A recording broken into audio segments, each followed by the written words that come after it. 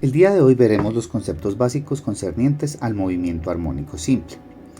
Se trata de un tipo de movimiento de naturaleza oscilatoria, es decir, vibratoria, en el que un objeto se mueve de un lado a otro respecto a una posición de equilibrio, que puede estar tanto en el eje X como en el eje Y. Y esto lo hace bajo la acción de una fuerza de restauración o fuerza restauradora que es proporcional a su desplazamiento y que se dirige hacia una posición de equilibrio. Es decir, se trata de un movimiento en el cual una partícula, sea un cuerpo grande o pequeño, se mueve desde un punto que vamos a llamar referencia O, de forma tal que oscila entre las posiciones A y menos A, como lo muestra la gráfica. En estas posiciones lo que nosotros vamos a ver es que se mantiene siempre la misma distancia de forma proporcional a la base del tiempo. En la naturaleza es muy común encontrar este tipo de fenómenos. Normalmente los podemos hallar en objetos como los péndulos simples, que lo asociamos a los relojes de la antigüedad, o como lo vemos en este momento a un motor. Un motor, por ejemplo, está realizando un movimiento armónico. La fuerza restauradora es precisamente la explosión que se da en la parte interior del pistón y la salida del gas a presión. Eso es lo que mantiene el movimiento del péndulo, en este caso del pistón, que se mantiene de forma repetitiva en el tiempo. Bueno, ¿cuál es la fórmula general del movimiento armónico simple? Por lo general, y como lo acabamos de ver, se trata de un movimiento de naturaleza senoidal, es decir, es una función seno, aunque también se puede interpretar como una función coseno según sea el punto en el cual nosotros empecemos a hacer el análisis del objeto. ¿Qué quiere decir ello? Que normalmente cuando nosotros estamos iniciando el análisis desde el cero, es decir, desde el punto de equilibrio, nosotros vamos a tener una forma senoidal representada con la línea azul. Pero cuando nosotros vamos a analizar el movimiento desde el punto de su máxima amplitud, es decir, desde el punto más arriba o más abajo que pueda comenzar el movimiento, lo vamos a interpretar con una función cosenoidal, como lo muestra la línea roja en la gráfica que están viendo ustedes en pantalla. Ahora bien, ¿esta ecuación cómo la vamos a interpretar? Muy bien, es la ecuación principal o la ecuación de posición del movimiento armónico simple. En esta ecuación, x de t nos va a representar la posición del cuerpo en función del tiempo, obviamente respecto al punto de equilibrio.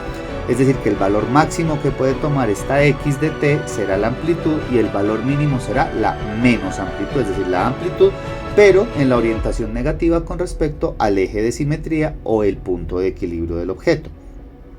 La A es lo que nosotros llamamos la amplitud de movimiento, o también la distancia máxima con respecto al punto de equilibrio.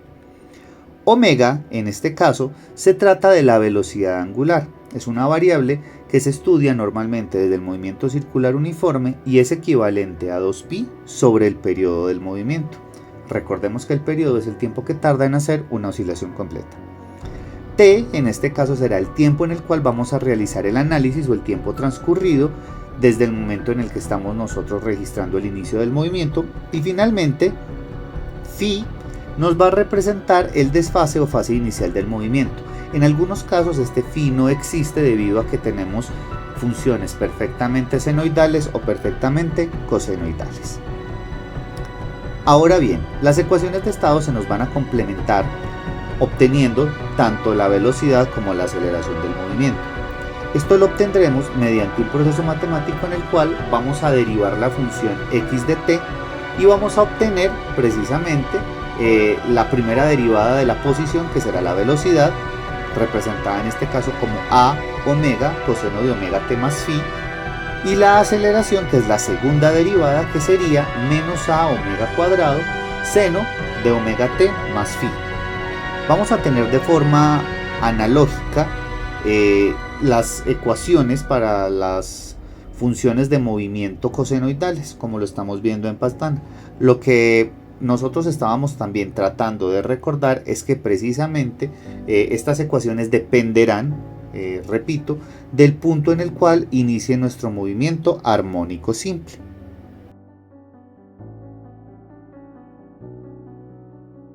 El sistema más típicamente estudiado en el movimiento armónico simple consiste de un péndulo simple.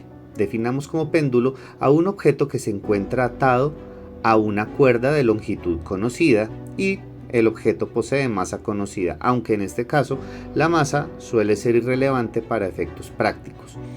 Cuando nosotros movemos ese objeto y lo ponemos a oscilar con una distancia con respecto a su punto de equilibrio, esta oscilación nos describirá un movimiento armónico, es decir, un movimiento simétrico en sus periodos y en su amplitud.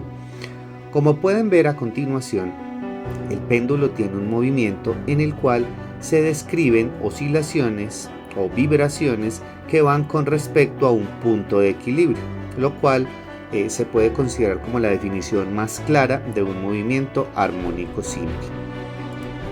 Este tipo de movimientos suelen representar con una función matemática de naturaleza senoidal. Las dos variables más importantes del sistema de péndulo simple son la longitud del péndulo y la gravedad en la cual está oscilando el péndulo. Es decir, en este caso utilizaremos la gravedad del planeta Tierra, pero en caso tal en que nosotros cambiáramos dicha gravedad, vamos a obtener resultados completamente diferentes. Uno de estos ejemplos de sistemas de movimiento armónico simple lo compone un sistema masa-resorte. Este que estamos viendo en pantalla nos permite ejemplificar de una manera muy concreta cómo funciona un péndulo elástico. Ese es el otro nombre con el cual podemos llamar a un sistema masa-resorte. Tenemos un objeto que oscila con respecto a un punto de equilibrio, representado en este caso por la línea punteada. Esta oscilación se debe precisamente a la capacidad restitutiva que tiene el resorte y en este caso a la masa que oscila atado a él. Este tipo de sistemas se caracteriza porque su principal variable vendría a ser la constante elástica del resorte y la masa adherida a él.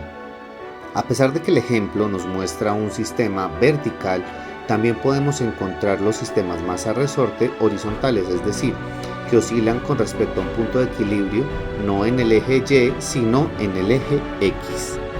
Como se puede observar a continuación en el sistema masa-resorte, podemos ver que la oscilación, es decir, el movimiento de ascenso y descenso de la masa adherida al resorte, nos describirá una forma senoidal cuando empieza a calcularse la distancia en la cual está con respecto a su punto de equilibrio.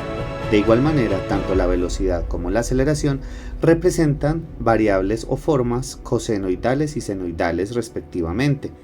Esto se debe precisamente a que desde la matemática sabemos que la primera derivada de la ecuación o fórmula de posición es la velocidad y la segunda derivada es la aceleración. Es así como podemos ver entonces que si en el eje X tenemos una función senoidal, nuestra velocidad tendrá una función cosenoidal y a su vez la aceleración tendrá una función senoidal negativa.